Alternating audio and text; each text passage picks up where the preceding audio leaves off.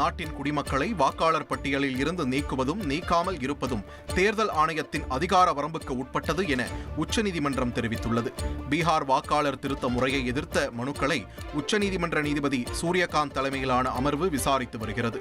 அப்போது பீகாரில் வாக்காளர் திருத்த முறையால் லட்சக்கணக்கான வாக்காளர்கள் நீக்கப்பட்டு நியாயமான நேர்மையான தேர்தல் நடத்தும் முறை பாதிக்கப்படும் என்று மனுதாரர்கள் தரப்பில் வாதிடப்பட்டது. இதற்கு ஆட்சேபனை தெரிவித்த தேர்தல் ஆணையம் தரப்பு வாக்காளர் வரைவு பட்டியலில் திருத்தம் மேற்கொள்ள தேர்தல் ஆணையத்திற்கு அரசியலமைப்பு சாசனத்தில் அதிகாரம் அளிக்கப்பட்டுள்ளதாக வாதிடப்பட்டது. இதுகுறித்து கருத்து கூறிய நீதிபதிகள், நாட்டின் குடிமக்கள் அல்லது குடிமக்கள் அல்லாதோரை வாக்காளர் பட்டியலில் இருந்து நீக்குவதும் நீக்காமல் இருப்பதும் தேர்தல் ஆணையத்தின் அதிகார வரம்புக்கு உட்பட்டது என குறிப்பிட்டு விசாரணையை ஒத்திவைத்தனர்.